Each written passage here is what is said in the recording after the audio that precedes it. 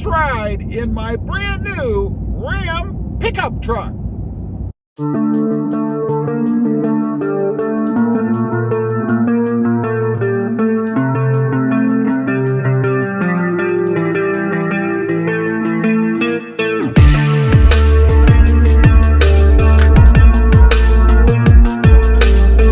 Well, good evening, everybody, and welcome back to Automotive FST. And in case you didn't know, the FST does stand for full-size truck. And I am adding a different full-size truck to this channel. If you saw my previous video, you know I went out, I looked around, I test drove a couple different versions. I didn't end up buying either one of those. I think I told you in that video that you had not seen what I was going to buy, and you didn't. So what am I riding in? This is a 2022 Ram 1500 Lone Star Sport. Hopefully I got all that right. I'm still a little unfamiliar. I'm not well versed on Ram trucks anymore. This does have the 5.7 liter HEMI. None of that e-torque business, just a straight 5.7, the same engine that I had in my Ram Rebel a few moons ago. Love that engine, love the power of it. This is no different. It is ready to roll. Now, as far as the trim level, I did opt for the Lone Star. I had looked at the Laramie, and I know I had said in that previous video that one of the must-haves for me in the truck was the bigger screen. I think it's a 12-inch screen, something like that. But I have to say, when I drove the truck and experienced the screen, it became not so important to me. It really wasn't that big of a deal. I mean, it was neat to see in the center cluster, but it didn't really offer me anything more for my needs than I wanted out of the 8.4-inch screen, which is what I have in this truck. Now, I did go with black. You guys can see I did drive a black and a white one before. That was from a different dealership. And I want to tell you something.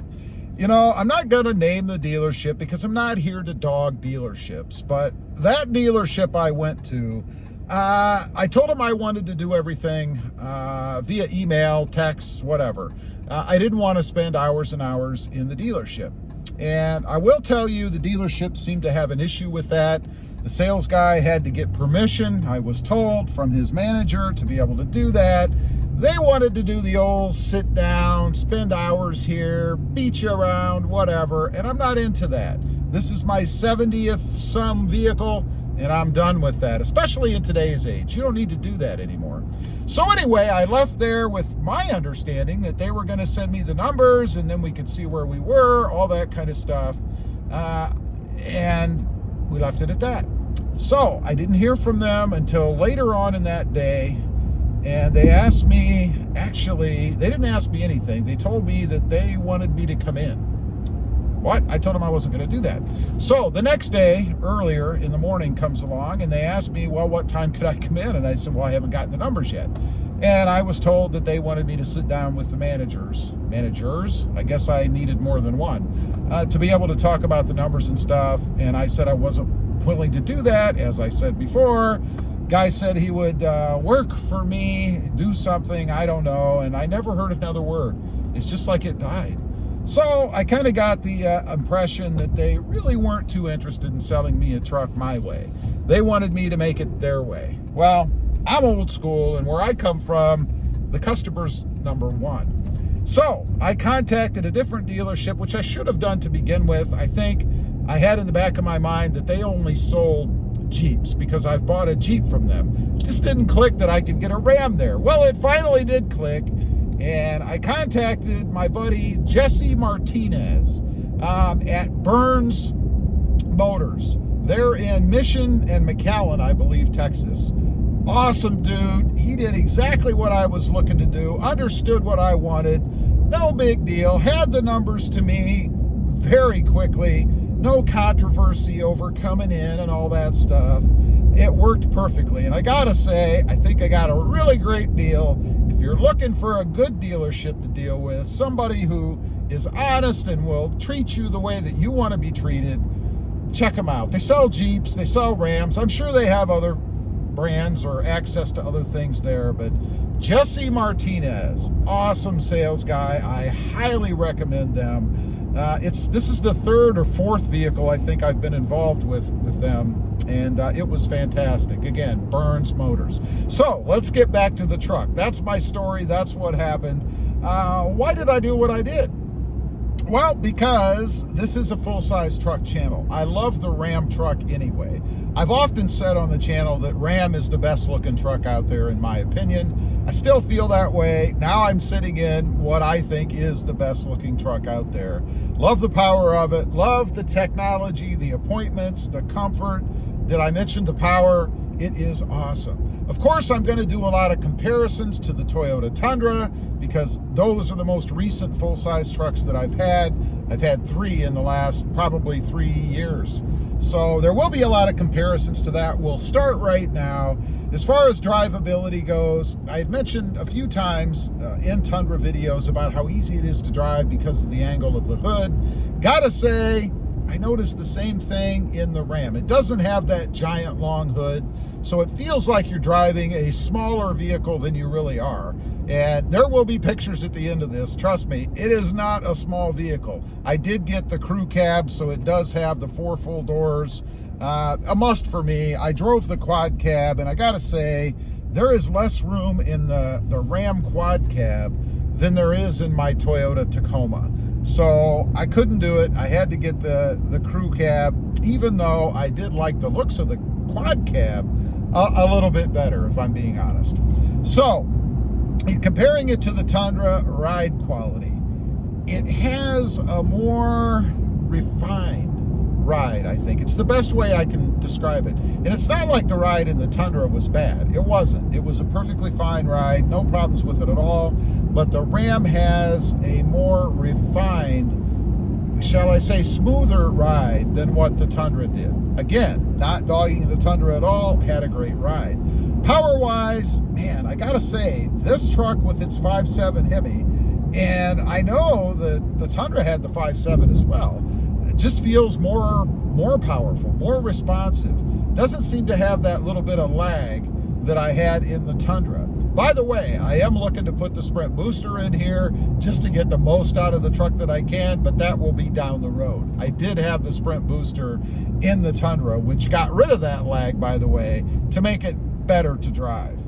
As far as visibility and all that stuff, I think it's probably about the same. The one thing that I do notice in the Ram is the headrest over there for the passenger side. It is bigger, and it does seem to be more in the way than it was in the Toyota Tundra. So a little bit better visibility as far as that side goes, looking through the passenger side headrest. In the rear, I don't know if you guys can see, but much better. Their headrests, it looks like to me, and I haven't explored them, but it looks to me like they actually fold backwards, I think. So it gives you a much clearer view, unobstructed view out of that back window. I like that. You don't have to pull them out, try to hide them, stow them somewhere. You just push them down. We'll explore that in future videos as well. The one thing I do not have that I do like about the Tundra is the fully retractable rear window. That's just a cool feature to have. I didn't use it though. I rarely used it. It's often so hot and humid here that you're driving around with the air conditioning on. Still a cool feature to have. I have just the single pane. You can see the edge of it over there in this truck. It is electric, so I can just hit a button. But nonetheless, it's not the fully retractable window. One other thing I mentioned, I don't want to drag this out too long. I will have ongoing comparisons to the Tundra as I get used to this truck, is the windows. Mine, it was an SR5, did not have the auto up windows. I didn't like that. This truck does. It has the auto down, which the Tundra did, but it also has the auto up windows. I know it's a petty little thing, but I gotta say, once you have them, it's tough to not have them. The other thing that I'll mention, I keep thinking of things as I go, this is push start. So you have the key fob that you can throw in your pocket. It does not have touch entry, by the way, so you do have to unlock the truck. But you can throw this in your pocket once you're in the truck and go. I really dig that. Really prefer the push start. For me, I know it's a polarizing thing, but I really do like it, and I'm happy to say I have it in this truck. Anyway, as I mentioned, I just kind of wanted to introduce you guys to this truck a little bit. There will be pictures and things at the end so you can check it out, and many more videos to come. And I do plan on doing a lot of mods to this truck as well. I've never really done mods other than, I think, an exhaust to a Ram truck. So it's going to be a whole new thing for me. Check it out. Make sure you subscribe to the channel if you haven't before. I would really appreciate it. And speaking of that, I do have 2 additional channels. Rob Motive, all about my 2021 Toyota Tacoma. And Rob Motive JT, all about my 2020 Jeep Gladiator. Check them out, and if you're interested, please do consider subscribing. Don't forget to click that notification bell so that you don't miss out on any upcoming videos. And do me a favor, smash that subscribe button on the way out. Thanks for watching. Stay safe out there. Bye.